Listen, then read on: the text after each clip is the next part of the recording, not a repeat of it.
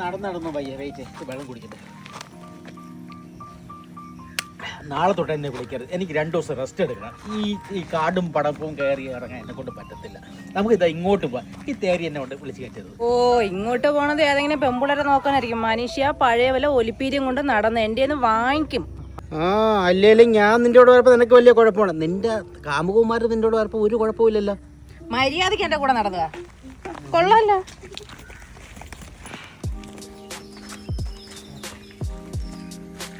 ഇവിടെ ആരും ഇല്ലെന്ന് തോന്നുന്നു. ഇവിടെ ആരും ഇല്ലേ? ഹലോ, ഇവിടെ ആരും ഇല്ലേ? അവിടെ ആരും ഇല്ല കേട്ടോ. എവിടെ പോയി? അവരങ്ങ് UK-ലാണ് ഇപ്പൊ. അല്ലേലും അങ്ങനെ തന്നെ എല്ലായിടത്തും വലിയ മണിമാളിക വെച്ച് വെക്കും. അവിടെ നിന്ന് ഒരു മനുഷ്യരും ഇല്ല. എല്ലാരും UK-ല് അമേരിക്കയില്. വാ നമുക്ക് പോവാ. ചുമ്മാ നടത്തില്ല.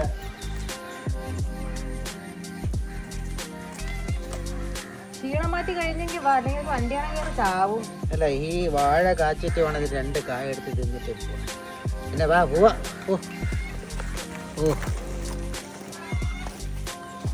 നടന്ന് കാലൊക്കെ ഒടിഞ്ഞടിയേ. എനിക്ക് വയ്യ. ഈ പോണ പോക്കിനെ ബസ് വന്നില്ലെങ്കിൽ നോക്കിയിട്ടേക്കണം. ചൂട് വിലക്ക് നമുക്ക് വാങ്ങിക്കാന്ന്. അത് നല്ല ഐഡിയ. പ്രോഫിറ്റ് ലാഭിക്കുമല്ലോ. പിന്നെ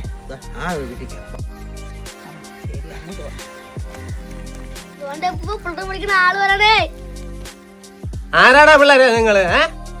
അപ്പൂപ്പ, നമ്മള് സെൻസസ് എടുക്കാൻ വന്നതാണ് അപ്പൂപ്പ. പുതിയ ബസ്സാ? ബസ്സല്ല, സെൻസസ് കണക്കെടുക്കാൻ വന്നതാണെന്ന്. അപ്പൂപ്പന്റെ കണക്ക് ഇവിടെ തെറ്റിയിരിക്കാണ്. ഏതായാലും കയറി വരീണ്ടാ മക്കളെ. താങ്ക് യു അപ്പൂപ്പ. അയ്യോ, ശരിക്കും നിങ്ങൾ എന്തൊരു കണക്കാണ് മക്കളെ എടുക്കണത്? അതായത് അപ്പൂപ്പ കിടക്കുന്ന വീട് ഓലയാണോ, ഓടാണോ, വാർത്തതാണോ, ഷീറ്റാണോ, പിന്നെ കക്കൂസുണ്ടോ, കിണറുണ്ടോ, കുളിമുറിയുണ്ടോ എന്നൊക്കെ നോക്കൂലേ?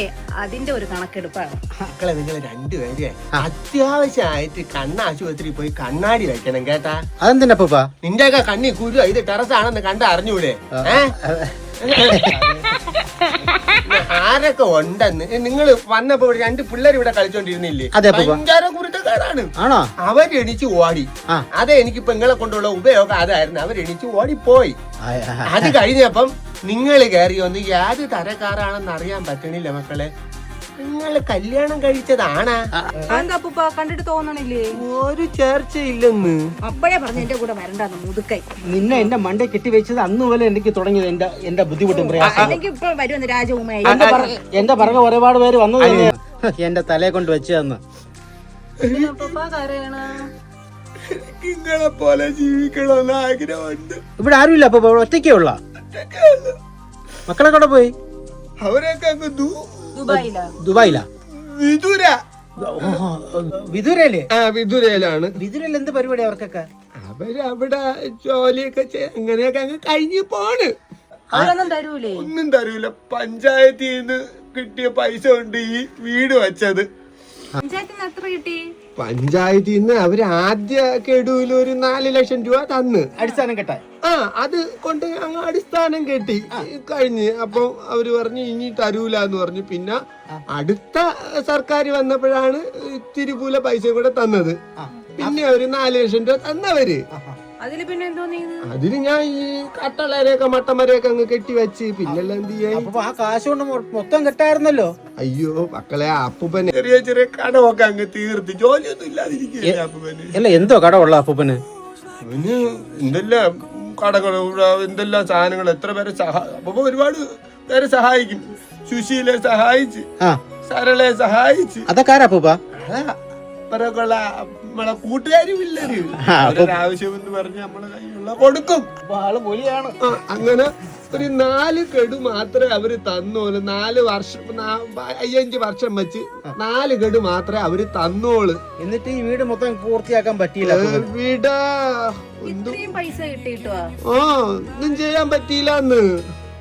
നിങ്ങളെ ഒരു കാര്യം ചെയ്യും, ഇരുന്ന് സംസാരിക്കാം. മക്കൾ ഇരിക്കും.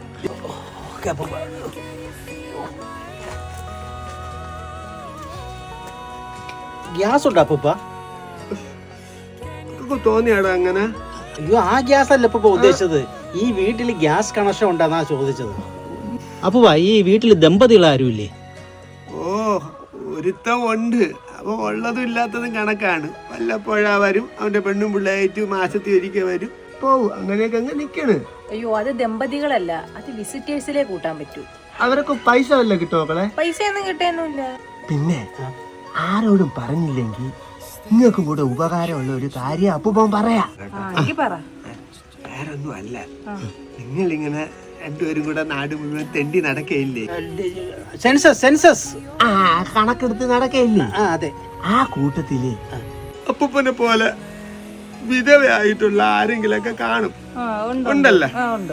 അപ്പൂപ്പന്റെ തരത്തിലുള്ള അപ്പൂപ്പന് മാച്ച് ആവണ 30-35 വയസ്സുള്ള അത്ര മതിയാ? 40 വരെ പോവാ. കുഴപ്പമില്ല. ഉള്ള വിധവകളെ ആരെങ്കിലും ഉണ്ടെങ്കിൽ പറയണം.